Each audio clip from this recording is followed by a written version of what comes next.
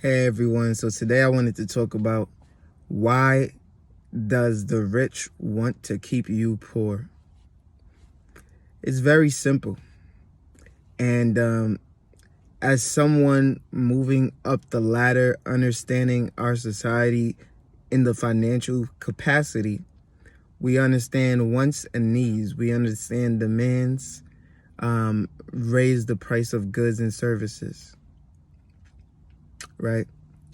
There are people who offer services in exchange for money. There's people who offer products, houses, cars, computers, TVs in exchange for money. Some are necessities, and then some are not necessities. Some are just wants, right? In a depression, in a state where the economy's GDP is down for 2 consecutive quarters, you'll see that those who provide needs, housing, cars, food, those needs that need to be met, soap, right? Those companies are going to flourish in good and bad times. The companies that provide wants will try to maximize what they're able to do in order to keep you poor. For example, for those who are rich, you can either pay the minimum amount for something, pay the lowest interest on something, sell it, trade it in, and get comparable value, or forego it entirely because you make so much money. Or you can bargain, especially in a time like this where debt is so expensive. Cash is king. So now you walk in there with cash and they're begging for your money just to stay afloat, to stay in business. There are people who don't understand that, whoa, I'm renting this home. Someone's mortgage is less than that. How do I save up to acquire such a thing so that my rent would be less than the mortgage, right? And there's a lot of other financial implications that are involved in housing. Now you're in charge of the AC repairs. Now you're in charge of the maintenance of the home. You're in charge of the roof every 7 to 10 years. You're in charge of the insurance policy. But in some cases, renters also have renter's insurance and things of that nature. So essentially, you're paying for these things, but you just don't understand how to save for these things because those wants and needs kind of consume you. For example, BMW has a service in Europe now where heated seats are a subscription option. They have subscription options for certain models of their vehicles. What's going to happen is if they can mass produce that in the US as well, now you have the same type of car being produced, everything with heated seats, everything with this and that, everything with this and that.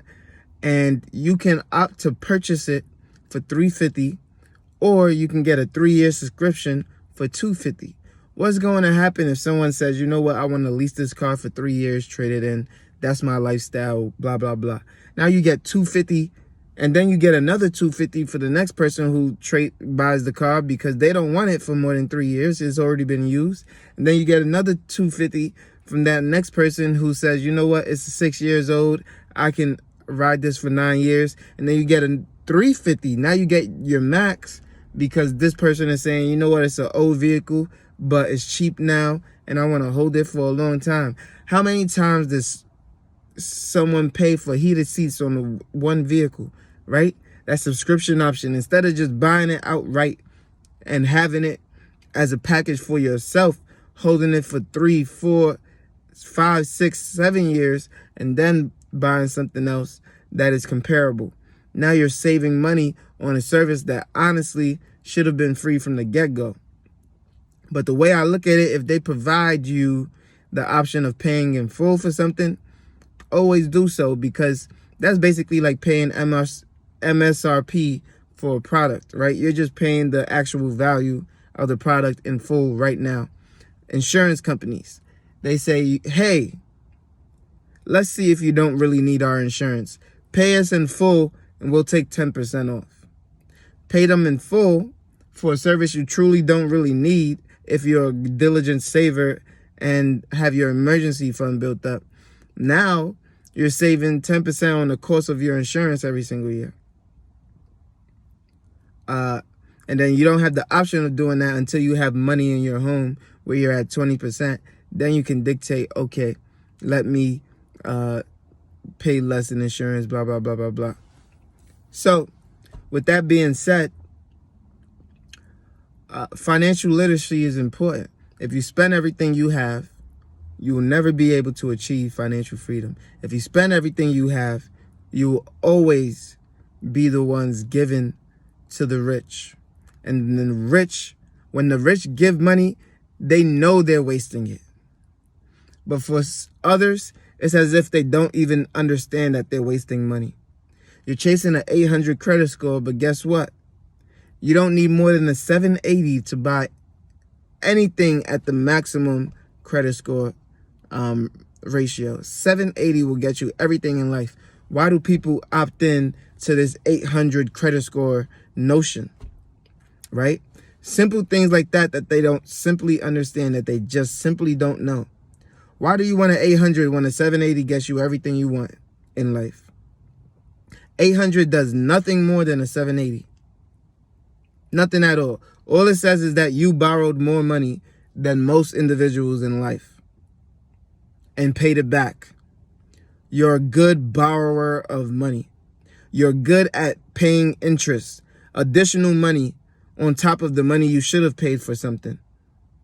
You're good at spending more than you actually have to acquire items. You're good at wanting things now rather than waiting till later. That's what an 800 credit score tells me. Right? So this is why the rich wants you to be poor. This is why the rich want you to not be financially literate. Right? Because you'll continue to fund them. You'll continue to add value to their portfolios. They'll continue to be richer and richer by the day, by the night. There's a reason why people have made so much more money during COVID than any other time in their entire lives. Wisen up. More money is being pumped out, with the exception of 2023 right now. More money has been pumped out in the last 9 months than the last 10 years. If you want to be a part of getting that, you need to act fast. You need to be smart. You need to be on your toes. You need to provide something of value. If you like this video, make sure you leave a comment, subscribe. You know I post every single day at 8 a.m. daily, and I can't wait to see you in the next one. Peace.